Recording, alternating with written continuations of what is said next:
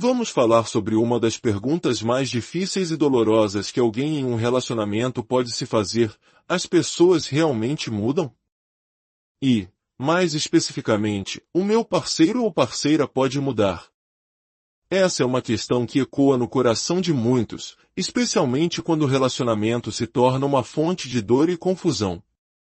Hoje, vamos mergulhar fundo na dinâmica da mudança dentro dos relacionamentos, especialmente aqueles com traços narcisistas, para entender o que é possível e o que, talvez, seja apenas uma esperança vã.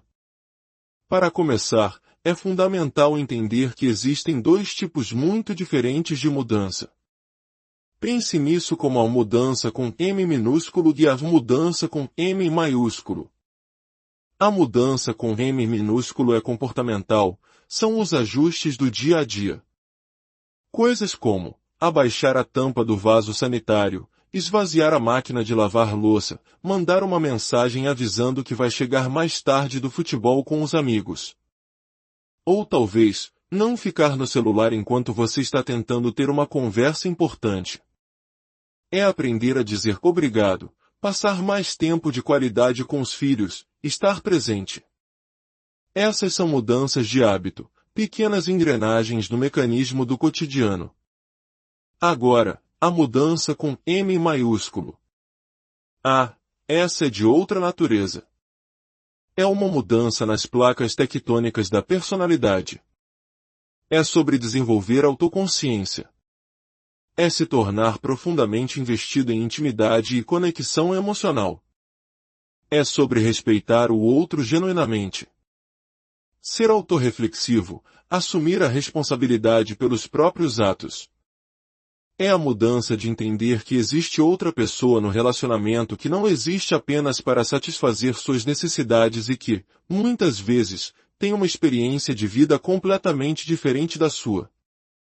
Uma mudança com M maiúsculo é alguém aprender a, genuinamente, colocar as necessidades do outro em primeiro lugar de vez em quando nunca fez isso. É desenvolver integridade, honestidade, bondade e compaixão onde antes não havia. Isso exige uma alteração no que poderíamos chamar de DNA emocional. É um trabalho profundo, interno. E aqui está o ponto crucial: se uma pessoa não tem a estrutura de personalidade para coisas como empatia ou autoconsciência, realizar essa mudança com M maiúsculo de forma real, e não apenas performática, da boca para fora, algo que desmorona no primeiro sinal de frustração, é quase impossível. Então a pergunta se desdobra: uma pessoa com tendências narcisistas pode fazer essas mudanças? As pequenas, com M minúsculo? Sim, às vezes. Com terapia suficiente, pressão externa ou se o narcisismo for mais brando, talvez você consiga ensiná-la a baixar a tampa do vaso na maioria das vezes. Ou a levar as crianças ao treino de futebol ocasionalmente. Talvez até parar com comportamentos suspeitos nas redes sociais. Mas há um detalhe importante: quando fazem essas pequenas mudanças, eles esperam que você note. E não só note, mas que você os aplauda de pé. Eles esperam ser parabenizados por serem pessoas incríveis por terem feito o mínimo. Mas e as grandes mudanças, as com M maiúsculo? Provavelmente não. Imagine o cenário ideal: essa pessoa faz terapia de ponta, informada sobre trauma, toda semana, com um terapeuta fantástico que não passa a mão na cabeça, mas a confronta. E a própria pessoa está genuinamente motivada a mudar, disposta a fazer o trabalho duro de regulação emocional, disposta a desenvolver humildade e responsabilidade. E ela continua nessa terapia, mesmo quando é desconfortável e difícil. Nesse cenário quase utópico, talvez, apenas talvez, algumas mudanças profundas pudessem acontecer. Mas sejamos realistas.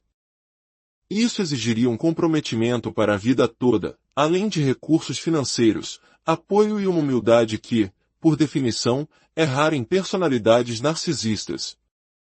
É como ganhar na loteria. Pode acontecer? Teoricamente, sim. Mas você basearia seu plano de vida nisso? Isso nos leva a uma reflexão poderosa, inspirada no trabalho de renomados terapeutas de casais sobre a função de um casamento ou relacionamento de longo prazo. Basicamente, existem duas razões principais pelas quais as pessoas permanecem juntas. A primeira é o amor, a conexão. É o desejo de trabalhar o vínculo afetivo, a intimidade, a parceria, a segurança emocional. É o coração do relacionamento. A segunda é o que podemos chamar de andaime ou a estrutura.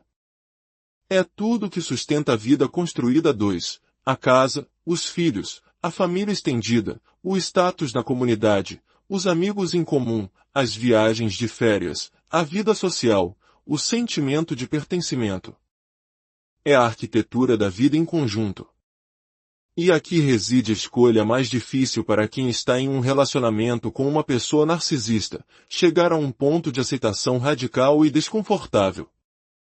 Nesses relacionamentos, a parte do amor e da conexão segura, consistente e compassiva.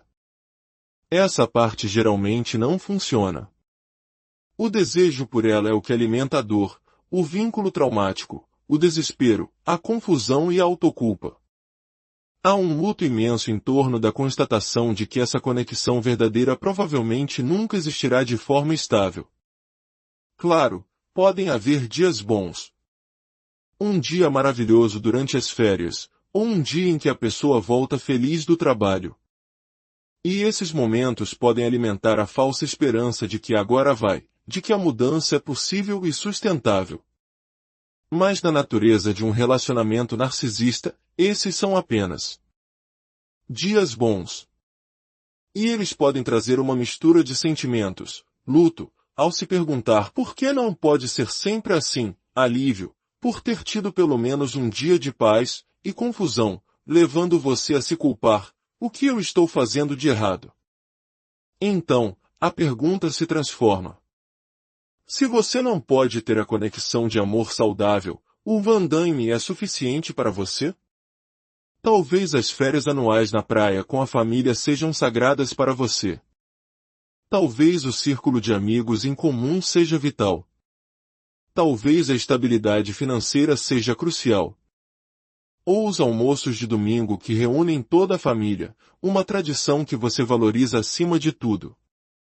Talvez você não suporte a ideia de ver seus filhos com menos frequência.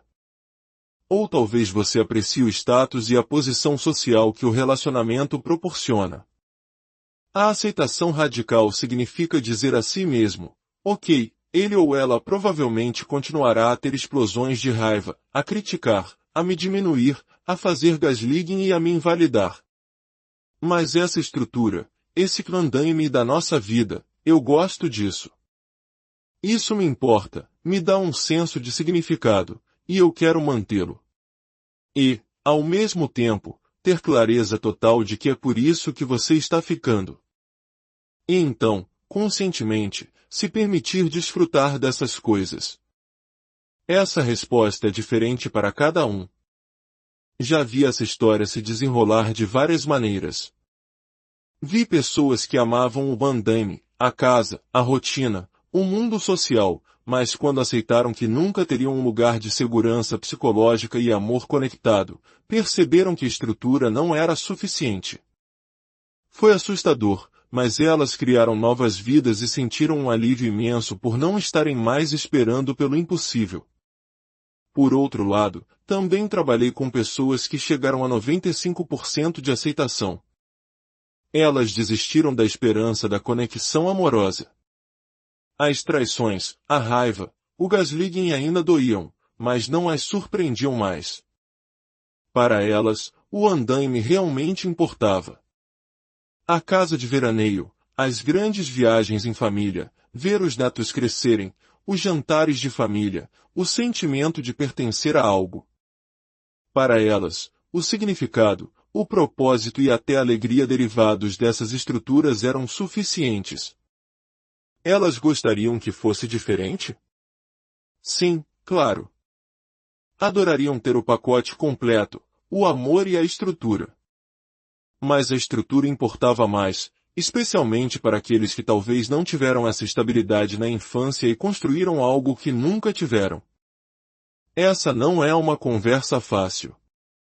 Lembro-me de um caso de um homem casado com uma mulher extremamente abusiva. Seus filhos já eram adultos. Ele sabia que, se ele se divorciasse, sua esposa tornaria a vida de seus filhos e netos um inferno ainda maior. Então, ele ficou. Ele sabia que permanecer no casamento era o preço kármico terrível que ele tinha que pagar, mas que seria muito, muito pior para todos se ele saísse. Alguns poderiam chamá-lo de codependente, mas discordo. Foi uma decisão cuidadosamente ponderada.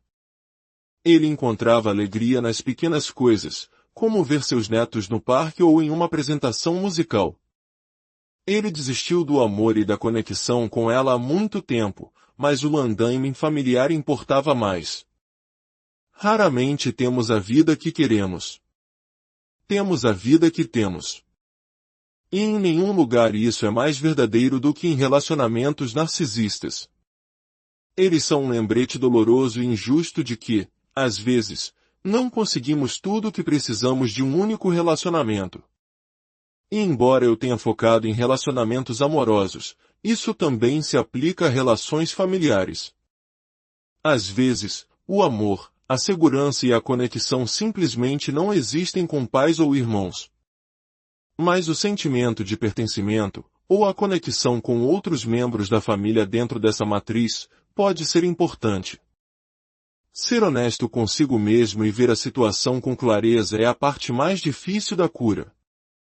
Reconhecer que a estrutura importa, mas saber que o amor e a conexão segura não podem acontecer de forma consistente naquele espaço. Se a sua razão para ficar é o andaime, então é uma razão válida, desde que você permaneça de olhos bem abertos. Não se julgue. Às vezes, é um processo. Você pode acreditar que a estrutura é tudo, mas com o tempo, à medida que a esperança se esvai, você pode decidir partir também. Nada disso acontece da noite para o dia. Essas mudanças de perspectiva podem levá-lo por caminhos sinuosos de cura. Mas é uma maneira diferente de pensar sobre o problema. E, às vezes, quando colocamos as coisas em pratos limpos, isso pode trazer uma clareza imensa para algo que sempre pareceu confuso e nebuloso. Se este conteúdo trouxe alguma clareza para você, considere compartilhá-lo com alguém que possa precisar ouvir esta mensagem. E ao se inscrever, você nos ajuda a continuar criando conteúdos que exploram as complexidades da mente e das relações humanas. Obrigado